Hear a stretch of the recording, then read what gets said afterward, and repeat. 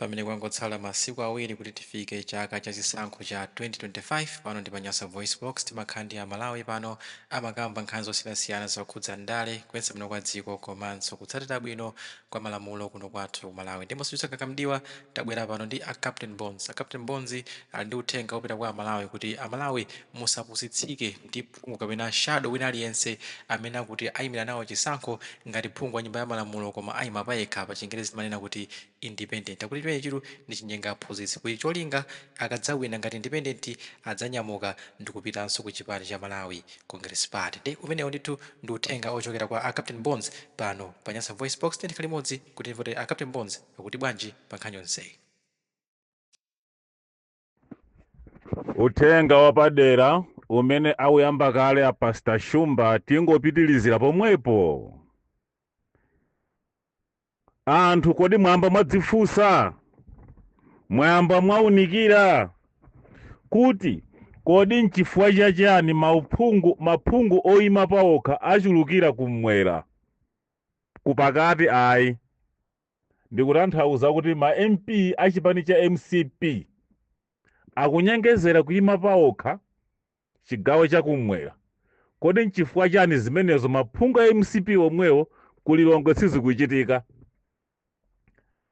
Ali ndi chikhulupiriro kuti palilongwe azawina ma MP amenewo a MCP. Chigawo chakumwera ndi chigawo chakumpoto makamaka chigawo chakumwera ma MP a MCP ndi ma councillors akuchulukira zopanga kuyima pawokha. Ilo ndi bodza. Bodza lake lonena kuti sakuyima pawokha, afuna kuti avoteredwe, akavoteredwa akapita ku parliament adzakhale mbali ya MCP. Ndi zimene akufuna.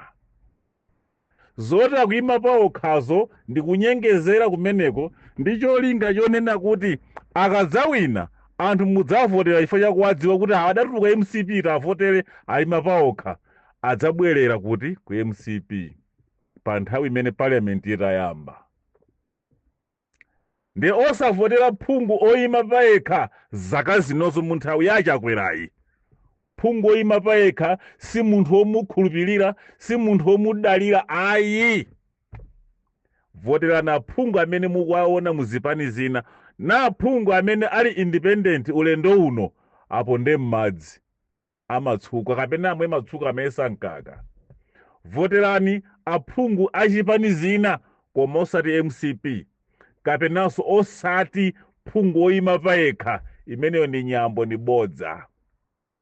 Oyima pawokha aphungu amene akuchoka ku MCP asiyeni. Ndikunena aphungu amene akuchokera ku MCP asiyeni.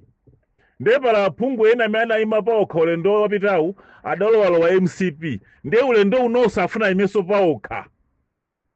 Osawavotera amene aja. Akumanena yayi MCP yatani, inde nzoona yatanidi MCP yalephera. Koma nda MCP akunama amenewo. Akufuna kuti avoteredwe ndi adzalowenso mbali ya MCP. Phungu oyima payekha si phungu othandiza ndi opanda ntchito. Sindidziwa kuti malamulo a Electoral Commission amati chani kapena safuna kusintha kapena khoti amafuna kuti zikhale bwanji.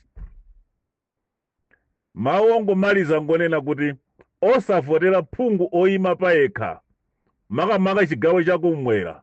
Imene ndi plan ya MCP imene yakonza kuti aphungu akumwera osa MCP akhale ma independent. Akawina adzalowenso MCP. Ndikumakasokoneza ku parliament.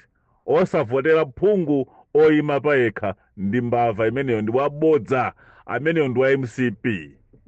Votera na phungu amene mukuwaona ena. Ngati mukufuna wa MCP izikhala ndi inu, koma ngati mukufuna phungu wina musavotere phungu amene ali kale phungu nkumanena kuti ayima payekha kapena wina kuti ayima payekha ayi.